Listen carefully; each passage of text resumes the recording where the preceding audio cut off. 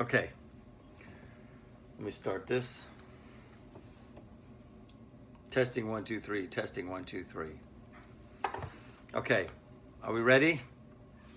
Okay. Here we are. Shalom Aleichem, everybody. So we're gonna do a little bit more of the Baal Shem Tov and the Parsha. A little bit last week. We didn't fully cover it. Okay. The sheets there that you have from last week. What we ended off with a little bit an idea, concept that's a little bit, it was too much of a bomb for me to cover in too little time, okay? And the idea is what we talked about when Yaakov Avinu, according to the Midrash, when he left after learning for 14 years in the land of Israel, and he left the land of Israel on his way out. Of course, he was pursued by the son of Esau, the son of Esau. His name was Eliphaz.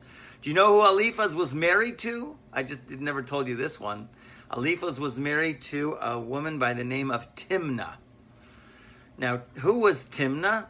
Timnah and Eliphaz gave birth to Amalek.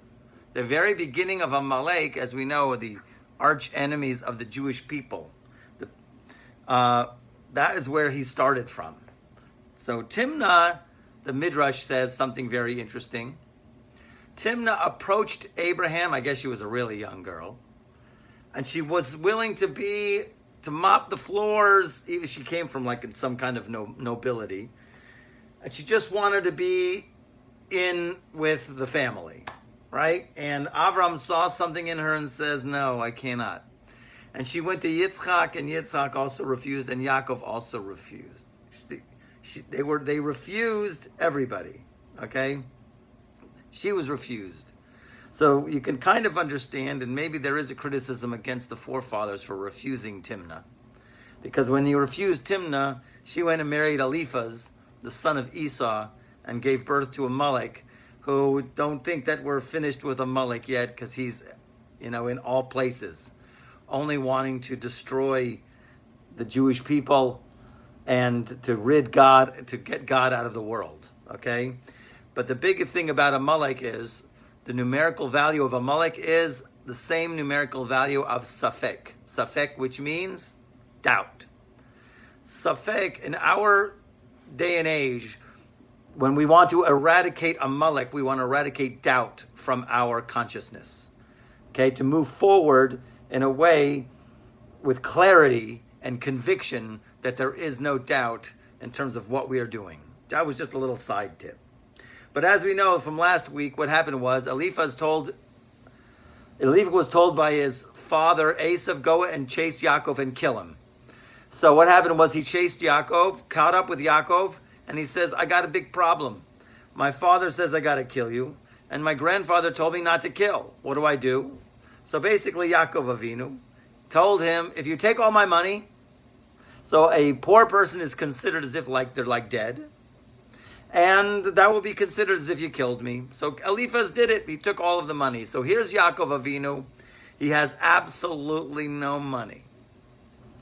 And here he is heading out to his uncle Lavan with nothing. Not like when Eliezer went out. When Eliezer went to go find Rivka, he had all kinds of money and deeds and land and everything.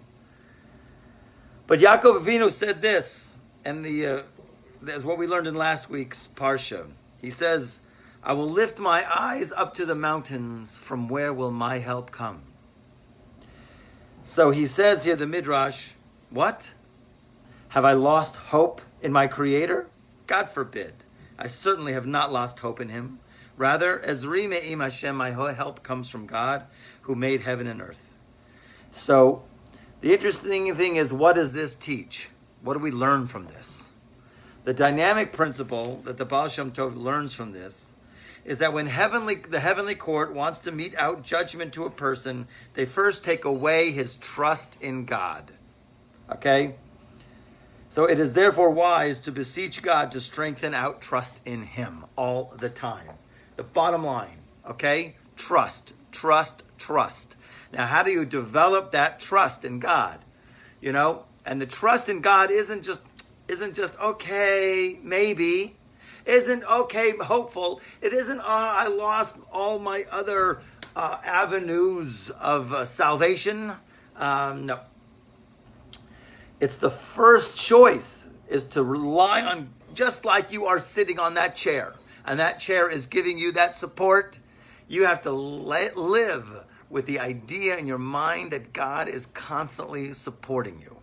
Now, in another language, okay, that is brought down by the Baal Shem Tov's grandson, known as the Degel Machane Ephraim, this Sefer, he brings it a different language. It said, before that they send from heaven afflictions to afflict a person, let's say it's decreed in heaven, he's got to get a patch. We'll call it a patch. Okay, new Hebrew word for the day. Okay? They will not send afflictions until they first take away his spirit, which means what they do is they give him what we call the machla shchora, the black sickness, or what we would call depression. Okay? So in other words, before heaven needs to afflict something, they make sure that this person gets in a depressed mood. And that's what the Baal Shem Tov is saying. So if you keep yourself out of the depressed mood, you can't get any afflictions. Heaven cannot afflict you. Okay? It's an amazing. So the idea of trusting in God, and the idea, in other words, keeping yourself totally happy all the time, okay, gives you that trust that no matter, that they can't, the heavenly court, if they want to mete out something, they can't.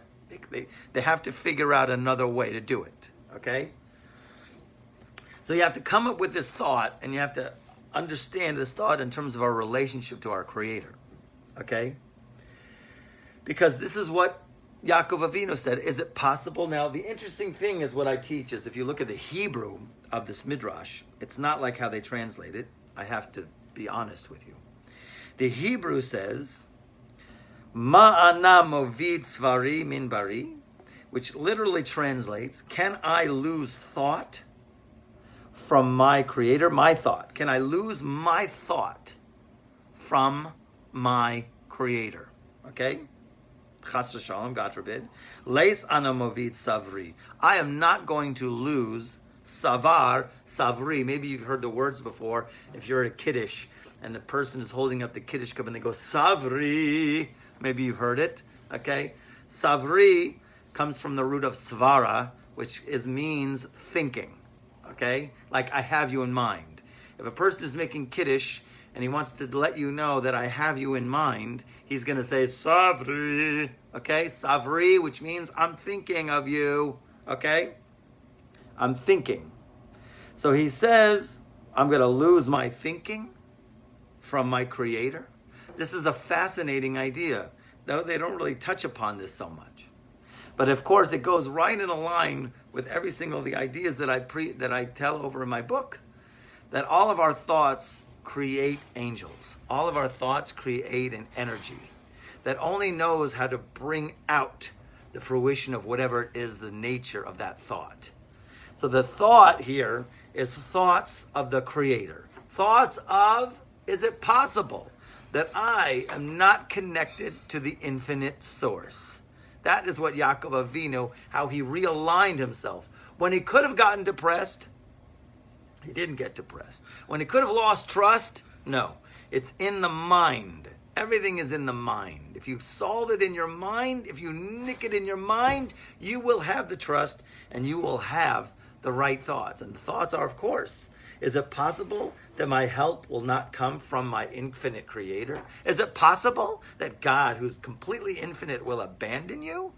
If you entertain the thought of abandonment, then you are allowing Amalek to come into your life. You're allowing doubt. And then, of course, that gives space for whatever they need to do something to you from heaven, then they do it. The idea here is it's in the mind. And to hold trust and to hold thoughts in the mind. I got to tell you a great story, okay? The Baal Shem Tov, okay, this is also goes along the lines of, very important, of before they test a person, this is along the lines that the Baal Shem Tov also teaches, before they test a person, they take away his levels, his spiritual levels. In other words, if the person is on a high spiritual level, they have to make sure, in order to make it a fair test, we have to like almost block his consciousness, his levels of consciousness. So heaven does that, okay? So there was once this great story with the Baal Shem Tov. He, saw the Sefer, the new commentary of the Bible written by Reb Chaim ben Attar, who's known as the Or HaChaim. The Or HaChaim lived in Morocco, and he traveled to Eretz Yisrael and lived in Israel. And I don't know when the book came out. His commentary on the Chumash came out. Classic commentary. Anyway, so he read that. He was very excited. He wrote a letter to the Or HaChaim. He says, I see you when I go up to heaven, because of course all of these tzaddikim do out-of-body experiences. When I go up to heaven, I see you there. And then all of a sudden, as soon as I approach you to come close, you're gone to another chamber. You've moved on.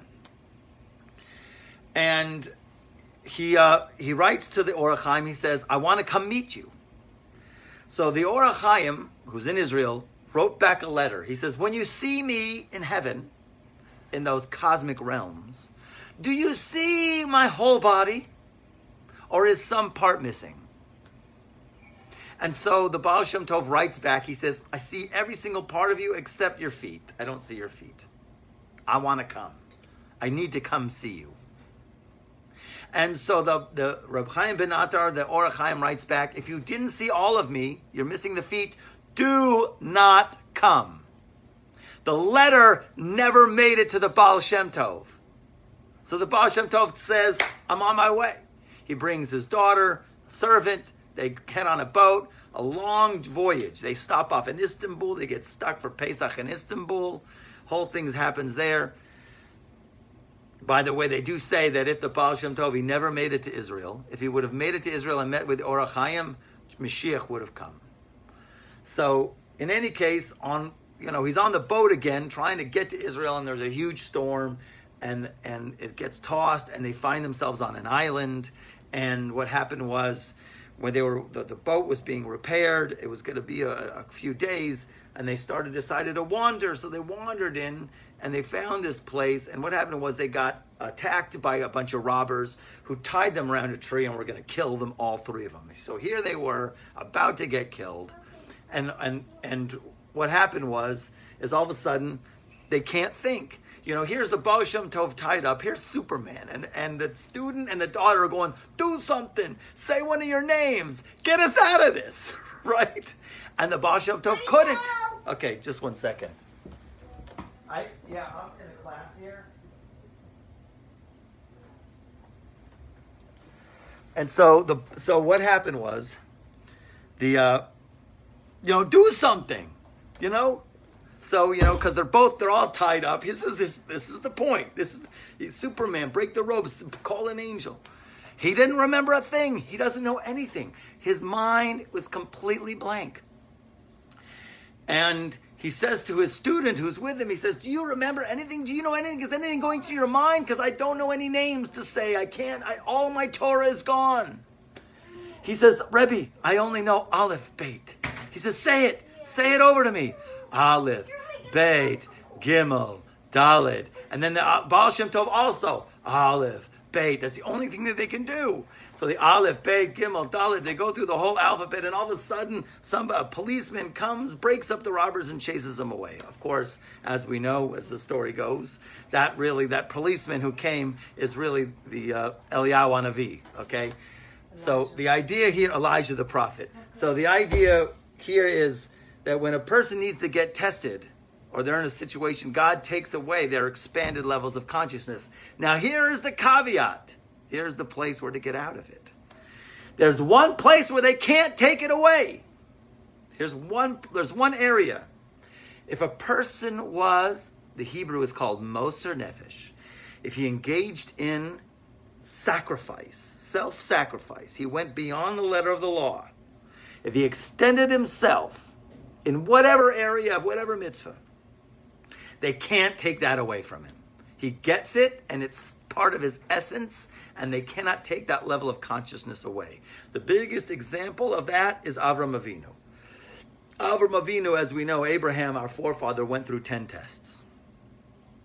And how did he do the 10th test? I mean, so it's unbelievable. How did he was able to go ahead and take his son and be asked to sacrifice him? It's crazy.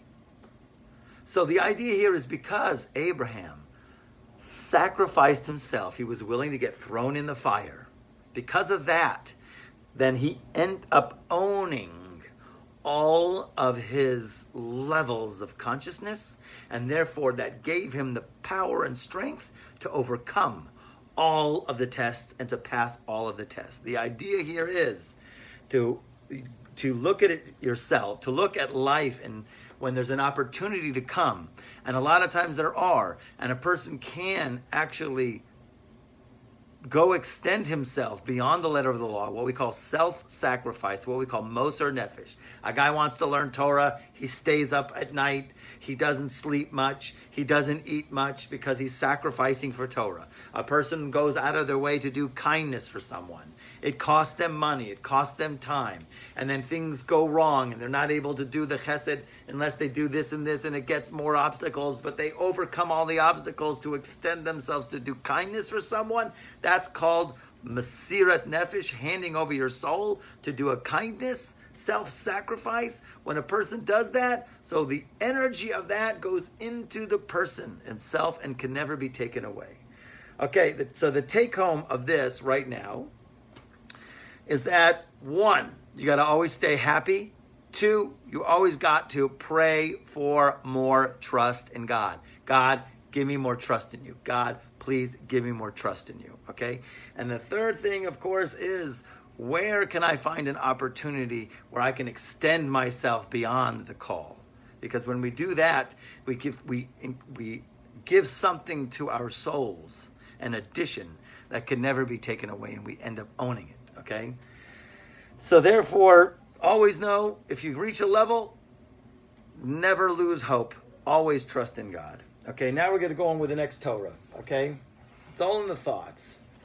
This is a great Torah, actually. I might need your help for this, so I hope your thinking caps are engaged. So here's the famous dream of Yaakov Avinu. And Yaakov Avinu, as we know, he saw the ladder that was set upon the earth and its top reaching the heaven. Behold, the angels of God ascended and descended on it. Okay?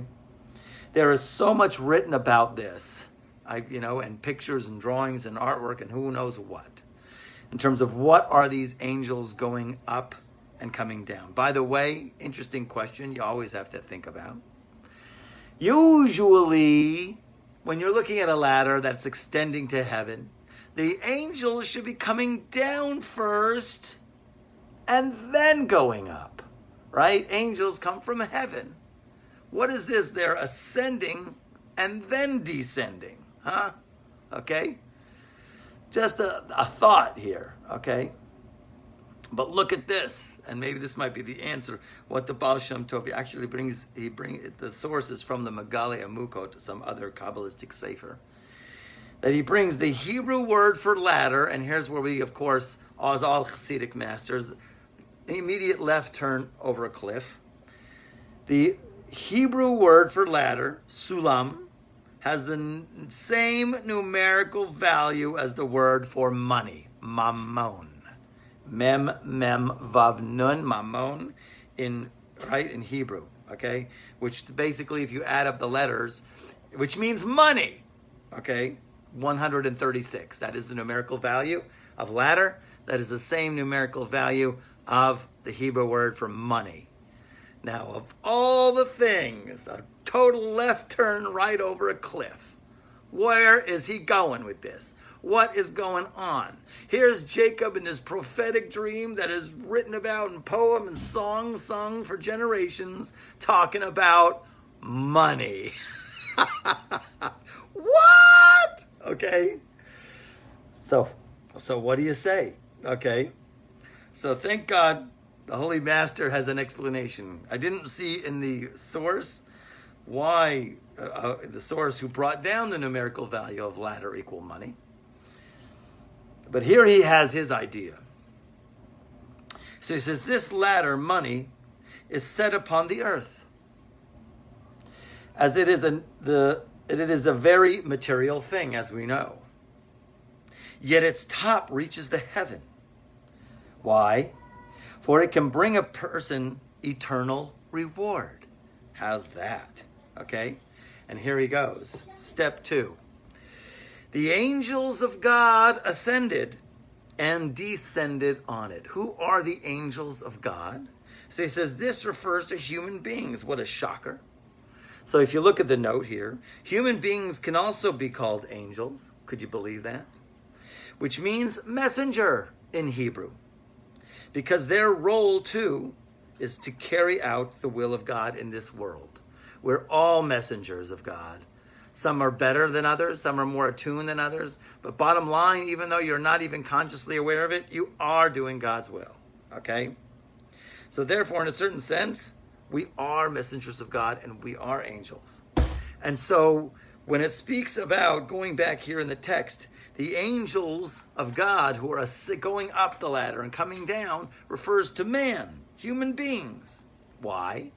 Some ascend to great heights through the proper use of money, and some descend to the depths of hell. As the verse says, wealth safeguards its owner for its detriment. Okay, that we bring down from Proverbs, that a person will amass wealth, and what happens is it brings them down. Okay, hence my prayer. I always make this prayer. Okay, and the prayer basically is, God, please. And listen to this. This is very, very important to have these kind of prayers, because I'll explain it to you. Okay. The prosperity, the great success that, please God, this great success and prosperity that you are giving to me, please let it not get to my head. Okay? That's the simple way to say it. Please don't let this get to my head. I know people, and I'm sure you also do, that money got to their head. I know a guy. He actually told his sons to go into the computer business. They sold a huge program to one of the big high techs on the West Coast, and just forget it, right? In terms of their wealth, they were off the charts. And he, who of course invested in that same company, also went off the charts. But then what happened was, when it went off the charts and he amassed a certain amount of money, his relationships began to wither. Because why? He felt everybody was after his money. Okay? It messed up his head. It got to his head. So we always have to pray, please, because don't forget, the forefathers were very wealthy. Okay? Abraham was very wealthy. Yitzchak and Yaakov, he started off poor, but you see what happened. He held on to his faith in God, and he ended up meeting his destined soulmate, Rachel, got a job, stayed there for 20 years, and he got himself a lot of money when he came back to Israel. So the fascinating thing is, we understand, let's just think back. Let's just take a step back, okay? Jacob, he's going to sleep. Where is he sleeping? On the holiest spot of the world, okay?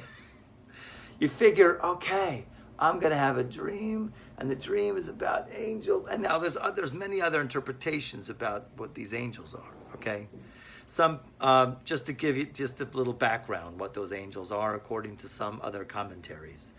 One commentary is they were the angels of the land of Israel were going up, and then the angels of outside the land of Israel were different ones coming down. In other words, the angels that guide you in the Holy Land are not the same angels that guide you outside the land. That's a basic understanding, okay, of who those angels are. There was another midrash who explained the whole dream of, he saw angels going, right? And they were coming down, and those were all of the guardian angels of the 4 kings that would rule on the Jewish people, right? In other words, he saw Baal, the archangel or the guiding angel of Babylon go up the ladder and then fall down. And then he saw the angel of the Persians and the Medes go up and come down. And then he saw the angel of Greece go up and come down. And he saw Rome go up and up and up and up and up. And it didn't look like they were coming down. And whoa, whoa, whoa, I don't like the look of this. Where does this guy stop? They're not stopping. It's the guy, can you imagine that? And then finally he came down. And then God says, now it's your turn. And Yaakov goes, I don't want to. Look at that. 4 for 4. I'm going to go up. Don't worry. Okay? Hashem nitzav alav. Hashem is always there. But looking at our commentary now, okay? Also, there's another commentary I happen to read today. Every day I do a little Zohar parsha. And the Tikkuni Zohar is like one of these like quasi boosts. That's like you're in the crux of it and every single thing stems from it. So it's always it's always amazing how I'm on some random page and it happens to do with what I'm studying in another area. It happens to be the angels going up and coming down were the angels looking at our souls, that our souls were carved from the throne of glory. In case we've gone through this before, I know, right? You don't say, when people say, where are you from? Texas. You could say that, it's not bad, but there's a better thing to say, okay? You could say, really, our souls were hewn like a quarry from a dimension called Olam Hakisei, the throne of glory. The throne of glory, right? That's why me and Brian want to make sure it's TOG, because where do we really come from? We come from the throne of glory, TOG, okay? So that's where our souls come from, such a high place, the throne of glory. And then yet our soul is stretched through dimensions and put a certain aspect of it into our bodies. So the angels go up and they see the source of the soul and they go, wow, awesome. And then they come down and they see us and they want to make sure that this one matches this one. In other words, does the potential match the actual, or is there a blemish? Is there something lacking? Okay? Just to give you that little tidbit from the Zohar. But let's get back into our topic here, because it seems to be just so against anything that you would read in terms of the spiritual book, right? Here's the most book of spirituality, and all of a sudden what? Jacob has a dream about money, okay? In the holiest of places, he hasn't slept in 14 years. 14 years he never slept. He didn't sleep in a horizontal. He put his head down, okay? He never slept in a bed until now. And his whole dream is about money. What? Okay, we have an idea. The idea, obviously, that the Baal Shem Tov refers to is that money can bring you an eternal reward. And it can also bring a person to the lowest place. But of all the places where you want to go ahead and express that thought, why now? Why here? Why now?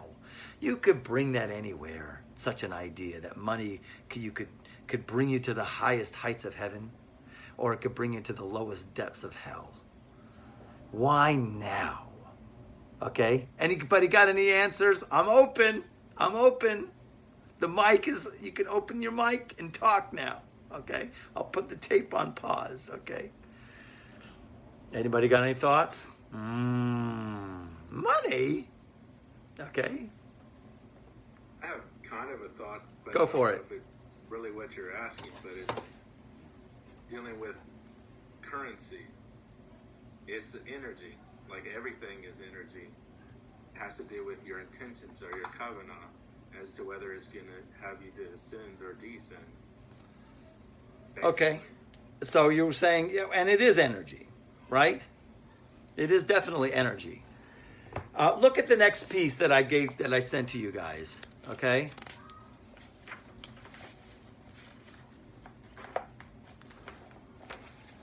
Okay. The next piece reads like this. Okay. Actually, this comes from Chapters of the Fathers, the Ethics of the Fathers. Okay. And basically it says, everything is given on collateral. A net is spread over all of the living. Okay. It's talking about a person's life that, how a person lives his life in this world. And it uses the idea of a net is spread over all of the living. So what does that mean, a net is spread over all of the living? Okay? So some people say it represents basically the forces of judgment are always going to go ahead and get anybody who manages to fall out of the way. But of course, the Holy Master brings another idea here, okay? And this is going to put more pieces of the puzzle, but it's not going to solve the puzzle, okay? Umatsuda Perusa, the Hebrew is Matsuda Perusa al Kolachayim. Perus is spread. He wants to focus on this word, and the net is spread.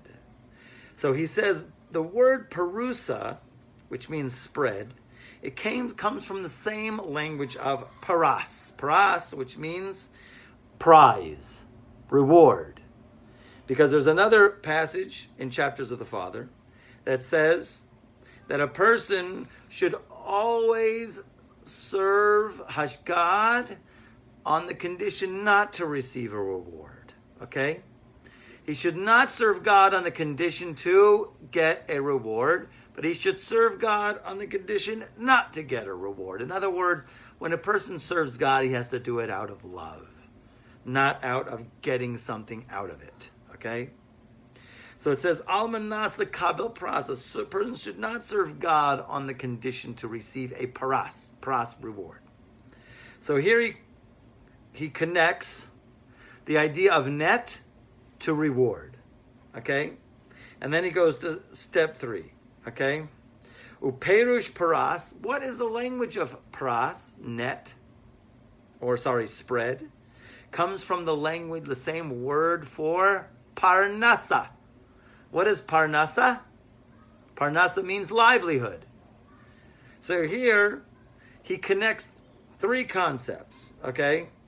That a net is spread all over the living, and that is the language of a reward, and it is the same understanding of finances, okay? A person's livelihood. And this is what it means by spread, Matsuda Shel Parnasa, Hu al Kol Chai, that the net of Parnasa extends over all the living. That what happens? Shemavakesh Parnasasov and Nitared Me'od. A person always seeks his Parnasa, and what happens? He's always torn apart. Okay? So, in other words, and it's kind of obvious, I don't know why we need this. Once again, that's a question that I'm asking. We all know that everybody's involved in livelihood. We all know that. What do we need the people to tell us that this net, which has to implies a person's livelihood, is spread over all the living? Is there somebody who it was not? Okay. It brings an interesting idea, which goes to where we're going on. Okay, which is basically. That he says, I'm just going to bring you here from a commentary, okay? That when we speak about a net that is spread on all of the creations that are in the world, the birds, let's take birds for example. What happens? A guy needs to trap birds. What does he do? He puts a net. I don't know how this is done. Sorry, I'm a little late in my subscription to National Geographic. But the way that it's describing here is there's a net. And what happens is the person puts little seeds in the net. And when the birds come to get the seeds, so then they're trapped. And the same thing by, let's say, the fox or the wolf. You want to trap the wolf, you put a piece of meat in the trap, he comes to them. That's how traps work. So it's almost as like there's a trap that's set. And the trap itself is Parnasa. Scary. What's wrong with Parnasa, Rabbi? What's wrong with a little hishtadlus, Rabbi? Okay? So I'm going to bring you something pretty astounding, actually. Okay? Just 1 second, let me find it. First I got to tell you a story. Okay? The Baal Shem Tov one morning. He didn't have any of his needs for Shabbos. Okay? Nothing. The Baal Shem Tov lived. I'm going to tell you a first story before I get to that story. The Baal Shem Tov, you know how he lived? Just to give you this. Okay? basically they would be able to buy from the butcher and the baker and the candlestick maker, and they would buy it what's called in hakafa, which means they would on credit, right? The person would put it on the tab, right? So the tab would get high at this store with the grain, the bread, the baker. The tab would get to a certain level. His wife would go, hey, we owe like 1,000 rubles here, 1,000 rubles here, 1,000 rubles. We owe too much. We cannot take any more. They're bugging me. So, okay, he'd get up from his studies. He'd check out his shechita knife, because he was a shochet. He would check his knives, get his sharpens together, get on the wagon and take off. He would go to a town and village, and he would offer his services as a shochet, and he would shech chickens or meat or goats or whatever. And then he'd come back with the money, or another time actually, other times he would go as when he was a Rebbe. No, I think it was before that. It was while he was still hidden. Anyways, he would go and hire himself as a shochet, shech, come back with money, and he would come back with the money, and he would, here's the money, it's a pile on the table, and he would go, okay, here you're paying this, here you pay this, here you pay this, here you pay this, and the rest of the money, and there was money left over, he says, this all goes to the anim, you have to take it to this person's house, this person's house, this person's house. Okay? These are all the members of his household, he told. Okay? And then all the money was given away, and then they'd start all over again to get everything on credit. Okay? Now, that's how he worked. Okay? And it happened one time, because his wife was going, come on, man, a little pocket change once in a while wouldn't hurt, right? Give me a couple rubles, Give me a ruble, give me a half a ruble.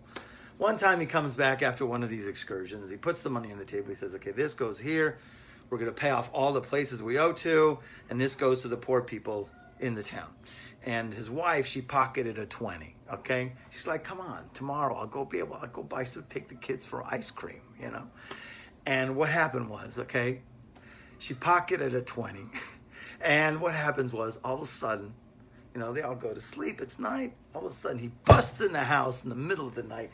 I guess he can't turn on the lights. He lights the light, banging on the doors. Everybody up. Wakes up his wife and his kids, and they're all standing around the table, and he says, whoever kept money, put it on the table now. Let's go. And so, of course, his wife was the one. She puts it on the table. So he takes the money, and he says, listen, you have to understand, if there's one penny in my house overnight that is so painful to me as if I am sleeping on a pillow, as if I'm using a rock, for a pillow, okay? Do you ever use a rock for a pillow before? No, okay? So it's not comfortable. I tried it once. I even had the rock on Tisha B'Av. I had the pillow over the rock, and it was terrible, okay? So because on Tisha B'Av, we use a rock for a pillow, it was, went into that. So in any case, my wilder days. So in any case, he says, the pain of having a cent laid over in my house overnight is if I'm using a rock for a pillow. This is not how I roll, period. Bizarre, okay? So the idea here is this, okay? The other story, so here's the story, the Baal Shem Tov, and this goes into everything. One time the Baal Shem Tov did not have any needs for Shabbos. So he's early in the morning, the crack of dawn. He goes by a window. I don't even know if he taps on the window. The story doesn't even say he taps on the window. He just says at the window, I don't have my needs for Shabbos, and then walks away. Now there's somebody inside who listens. He gets up, he goes like this, he looks out the window, and he looks and he sees a man walking away. He's already like 50 yards away. He gets on his robe, he goes out, gets his shoes, and he chases him. He catches up to the Baal Shem Tov. And he says, what's going on? I don't get it. If you say, and I heard as I was waking up, that you don't have your needs for Shabbos, why didn't you wait for me to get you? I would have helped you out. Why didn't you wait? Why did you keep walking? So here's how it goes, okay? So he says this is very dynamic, okay? So he says, always, forever, with each and every person that is born, it is born also with him his parnasa. I mean, you might have heard that already. In other words, some people, they refrain from having kids because they can't afford it. That's so false. Because each kid is born with their package, a pekala, whatever you want to call it, okay? Their mazel. The money that they need is born with them. You can't see it, but it's there, okay? With each and every person that is born, his parnasa is born with him. It's a Gemara Nida. However, because of the sin of Adam in the Garden of Eden, a person needs to work for his parnasa. As we know in the verse, the classic verse, by the sweat of your brow, you will eat bread. Okay? But there is a difference in how much work you're going to do. How much work is needed for that parnasa. That each and every person, according to, this is where it gets kind of tricky here. This is the language.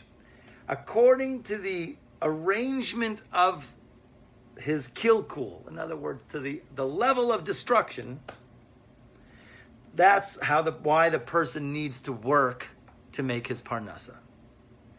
There is some people who their parnasa is they out of the home, like now with everybody with Zoom. I hope. Well, a lot of people not. But there are certain people who can get their parnasa that comes to them at the home.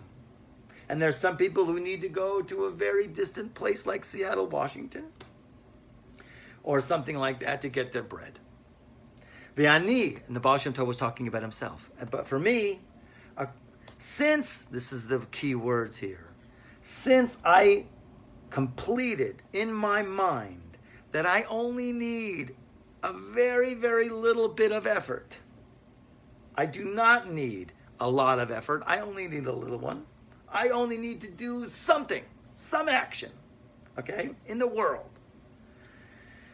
So when I did what I needed to do, what was upon me to make my effort, which was talk to a window, that was all in terms of my mind that I needed to do. And therefore, if the help wouldn't come from you, it would come from somewhere else. All I know is I needed to do effort, but how much effort, I already made a decision in my mind. It wasn't going to be a lot, it was going to be a little. Okay? End of story. Okay, the guy, of course, gave him the needs of Shabbos. Now, the interesting thing is, 1 second, I just got to... all right. So the idea here is an interesting idea here of Parnasa. And we have to get into who Yaakov Avinu is. And we have to get into the effort of Parnasa. So the interesting thing is by Adam Arishon that we did mention earlier, because of Adam, really before the sin, a person's Parnasa was granted, he wouldn't have to do anything. There wouldn't have to be any work. As a matter of fact, it would come really easily.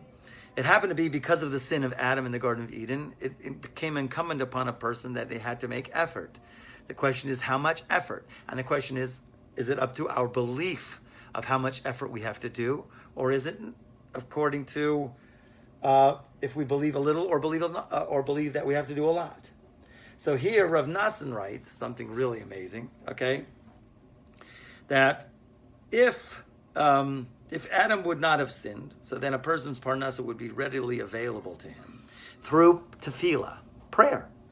Because that's actually how it first began. In the very beginning in the Garden of Eden, when Adam first came on the scene, actually before Adam came on the scene, God did not let the ground to spurt forth all of the grasses and trees because there was nobody there to pray. Nobody there to pray for the rain to come, to make everything grow, in order to appreciate the rain and to appreciate what the rain gives. So therefore, only then he created man. And there's a huge ideas that are expressed in that little passage, in those very few verses. But the idea here is you don't get anything without prayer. And the idea here was just to pray when you needed something, and it would come to you, okay? However, because that he sinned, right? And what happened was, not only he messed up himself, but all of the worlds and all of the dimensions that in the spiritual realm that were above him also became spoiled. Okay? So then it happens to be, through that sin, then now God, he has to fix, and therefore it was decreed upon him that he would eat in sadness. Bi'itzavon, it almost goes to our first word. Bi'itzavon tochalena, in sadness you will eat. Okay? Which means, or bazes apecha, with the sweat of your brow you will eat. That a person has to make a number of efforts and a number of manners of work. We call them the 39 manners of work. The 39 manners of work, big, huge topic. I don't want to get into it. Actually, those are the work that is forbidden on Shabbos. Those are the 39 manners of work that were used to build the temple. That's 39. If you take the letter of 39, Lamed Tet, okay? That means lot, that means curse, by the way, okay? One rabbi I heard recently say, all effort, when we do make an effort, in terms of our parnasa, that is a curse. How much curse do you want in your life? Okay? See, so when then because of the sin, a person needs to make a lot of effort. So therefore now it became that a person has to go through many avenues and activities before anything is ready and prepared for him, like for food. You know, it used to be, before the sin, the ground used to spurt forth donuts and bagels. It used to be fresh muffins that were wholesome and gluten-free. And they were tasty, not grainy. Okay? So the idea here was only after the sin, everything had to go through many steps in order to where it's prepared and to where we can enjoy it. That means the effort. Okay? But now he goes to the crux here. As much as a man would sanctify himself more and more and merit to separate himself from this world and to place all of his heart and mind to recognize and to make great the name of his Creator, thus also the person will merit to be removed upon him the yoke of the 39 manners of work. And he will merit to receive his parnasa, his livelihood, without work and without toil, without great toil. Maybe you have to do a little bit. Just like what our rabbis have said, anybody who accepts upon himself the yoke of Torah, right, is removed from him the yoke of the malchus, that means the government, and derech eretz, which means chasing after a parnasa. Okay, so the idea here is because the 39 manners of work that he brings down are drawn from what we call the zuhamat, the schmutz of the serpent. Okay, in other words, because of the serpent, when he ingested into us the ideas that, you didn't eat from this tree, you missed out on this tree, you guys got nothing, you're missing totally. And when we bought in to the idea of the nachash, of the serpent, so we fell into what we call the level of the 39 malachot, the 39 manners of work, which were injected into us. Okay? So the idea here is a person can make his level of parnasa, of chasing after parnasa, easier if he dedicates his life in order to make God's name great in this world. In other words, classically, in the words of my Rebbe, my Rosh Hashiva, you make God's problems your problems. God makes your problems his problems, and he takes care of them. Again, in other words, if you make God's problems your problems, meaning I want more of God in the world, I want more sanctification of God's name, I'm going to act in a dignified manner, I'm going to act outwardly in accordance, in alignment with the Torah principles, I want God to be here, that's my concern. So then God makes your problems, how am I going to get my family's livelihood together? His problems, and he takes care of them. Measure for measure, okay? But now we have to go back, okay? And the idea here is, to go back is, the idea here is of, what does this have to do with Yaakov Avinu? What does that have to do? Here's Yaakov Avinu. He gets to Har HaMoriah. He's sleeping the night here in the holiest of places, and he has a dream about money. And it's so important, his dream. This is the big thing, okay? And the dream, we go over again, that what can Parnasa do for a person? You could go all the way to heaven with money. Money, even the physicality, the energy, what you do with it, and what is in your mind to do with it, can make a person go to the highest of heights. And on the other hand, if a person misuses it, and he doesn't do what's right with it, it could take him down to the lowest depths of hell. Now, why was this specific for Yaakov to get this information now? Okay? And this is where we get to the job of the Jews. Okay? Because you understand, who was Yaakov and where was he doing? Yaakov Avinu, here he was, the grandson of Avraham, who was the love guru. And he was the son of Yitzchak, who was the most disciplined man in terms of his meditation, right? He didn't move, he was very few verses about Yitzchak written in the Chumash, if you haven't noticed, okay? He was the ultimate disciplinarian, okay? And here's Yaakov, he's the fusion of both of them. You see, there's two, we spoke a while ago, there's two ways to serve God. There's what we call sur meira, desisting from doing bad, stopping from doing bad. There's aseh tov, doing good, right? Positive. So Avram Avinu represents the aspect of serving God in the positive, going out, his tents are open on all four sides. He's welcoming guests, feeding them, unbelievable. He is the ultimate person who preaches the love of God into the entire world. He's aseh tov, he's doing good. Yitzchak, he was sur meira, he was making sure that no mistakes were made, okay? He was the disciplined guy who made sure and brought the idea of concept of awe of God into the world. But then there's a third domain of activity. Listen to this. There's mitzvah, that's positive commandment. There's aveira, that means doing a negative commandment.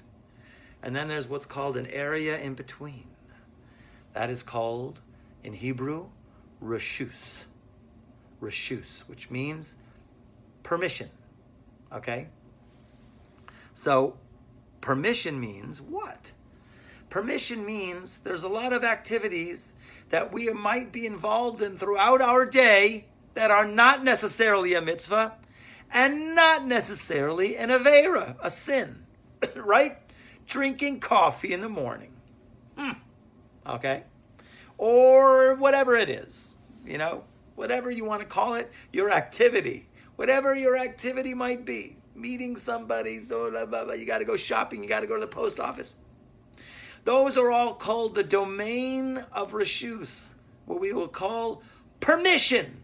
Literally, that's how we would translate reshus, permitted.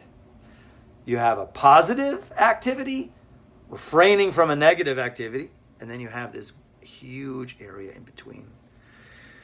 It's called the domain of permission.